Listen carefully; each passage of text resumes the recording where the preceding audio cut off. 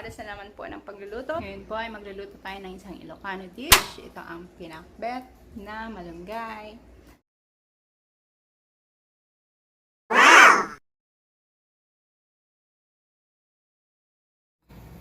Nakakabuhay ng ating dugo.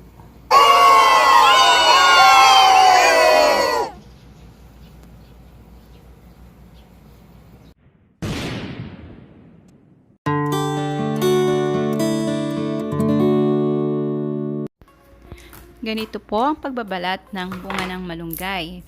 Hiwa-hiwain lang po natin sa gusto nating haba at saka po natin tanggalin yung green na balat.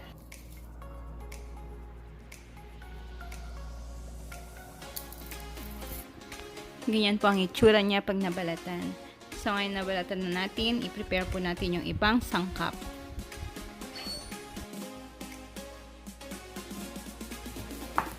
Haluan po natin siya ng talong.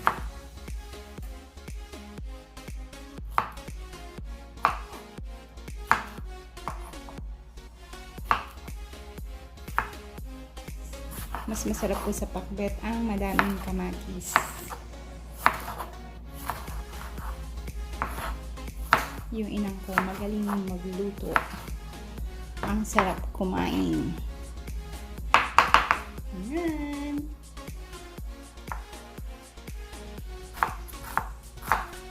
Nasama yung balat. Sabi ni inang dati na pampalasa din daw yan. Sabi, isa yan sa nagpapalasa at nagpapasarap. So ito mga mamshi ang sangkap ng ating pinakbet. Talong, kahit ano pong talong, may mga talong kasing bilog, pwede po yun, mas masarap yun. And then yung ating malunggay, kamatis, sibuyas, bawang, okra, at yung ating gabi. Syempre, ang ating baboy. Pakukulaan po natin yan hanggang sa matuyuan. So, lalagyan po natin siya ng tubig. Yan. And then, syempre, ating mantika and may bagoong. Bagoong na nasa bote. Kasi sa probinsya, meron talagang special bagoong na napipili. Pero dito kasi, ganyan lang talaga yung mga bagoong dito. So, ayan po. Mag-start na po tayo ng pagluluto. Mga mamshi, i-ready na ang inyong kawali at sandok. At samahan niyo na rin po ng dasal. Yun po ang sikreto sa pagluluto ng masarap. Kailangan ng pagmamahal at samahan ng dasal. Yan, pakukulaan na po natin ang ating baboy. Medyo dinamihan ko po talaga yung sabaw. Kasi pag kumulo yan, babawasan ko po ng tubig. At yun po yung isasabaw natin mamaya. Tapos pag nabawasan ko na siya, doon ko siya patutuyuan hanggang sa magmantika. Then, ipiprito po natin siya hanggang sa maging golden brown. Kumukulo na siya. So, babawasan po natin siya ng sabaw. Yan, ilagay natin sa isang lalagyan. Mamaya, isasabaw po natin yan pag niluto ulit natin yung mga gulay. Para malasa pa din siya.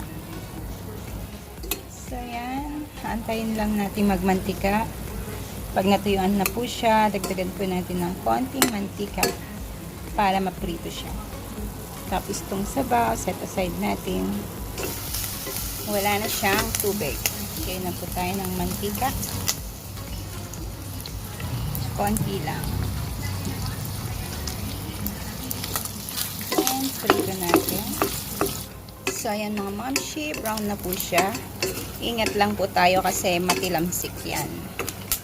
Kaya dito natin magagamit yung pagiging ninja natin. Kakaiwas ng mga talsik ng mantika. Yan. Maganda-ganda na yung kulay. Hahanguin po natin yan and set aside. So, ayan po yung mantika. Diyan po natin igigisa yung bawang at sibuyas. So, magigisa na tayo. Inuna ko po yung bawang. Kasi may balat siya, medyo matagal siyang malito.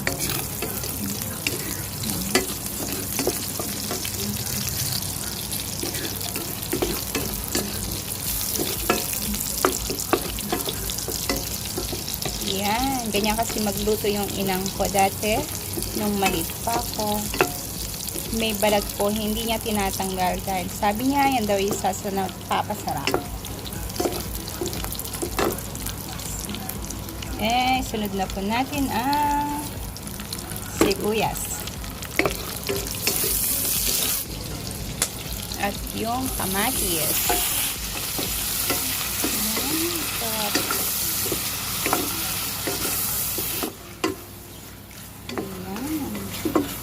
Malambot na po yung kamatis. So, ilagay na po natin yung gabi natin.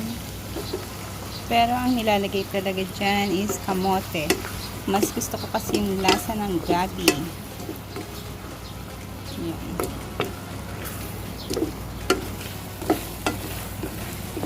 So, ayan. Pwede na po natin sabawan.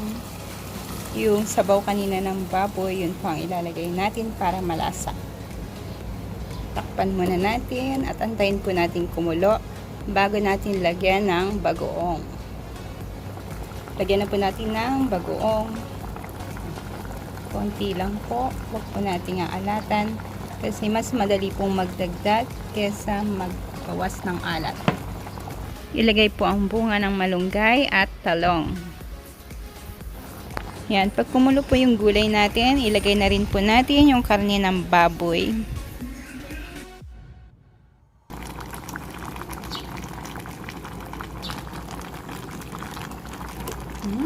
Bango. Grabe. Ang sarap. Lagay na po natin ang okra. Mga okra kasi yan kaya panghuli.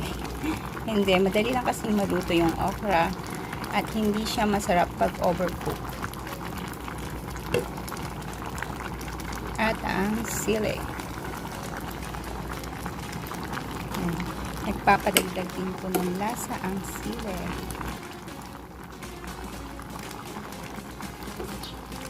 Sarap.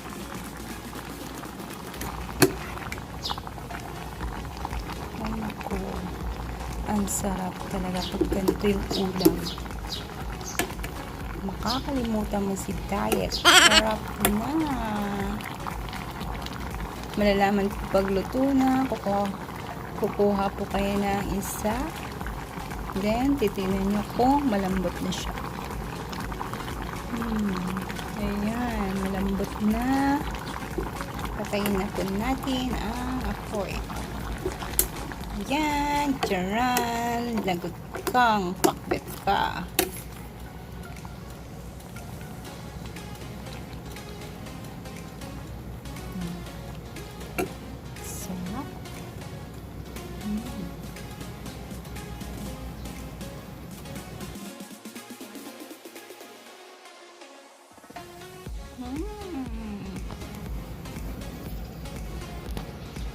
Sarap.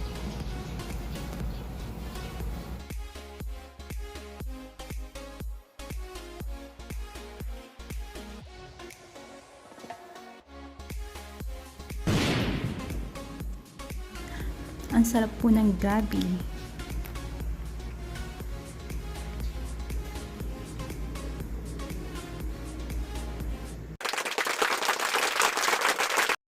Yung mga ibang bata ngayon, hindi po yan alam kainin. So, ganito lang po yung gagawin natin. Bubuksan natin yan. Mas masarap talaga guys pag tayo ay nakakamay. At yan po yung ating kukuhanin. Yung laman ng malunggay. Yan. Sarap.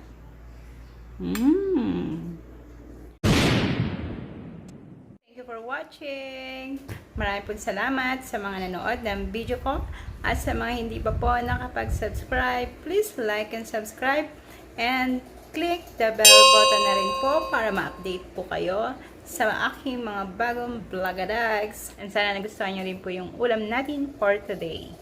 Basta lagi po tayong mag-iingat, huwag po tayong lalabas. Lalo na po sa mga mamshi na nasa labas, paalala po, tayo po ang ilaw ng tahanan. Hindi po tayo yung street light ng daan.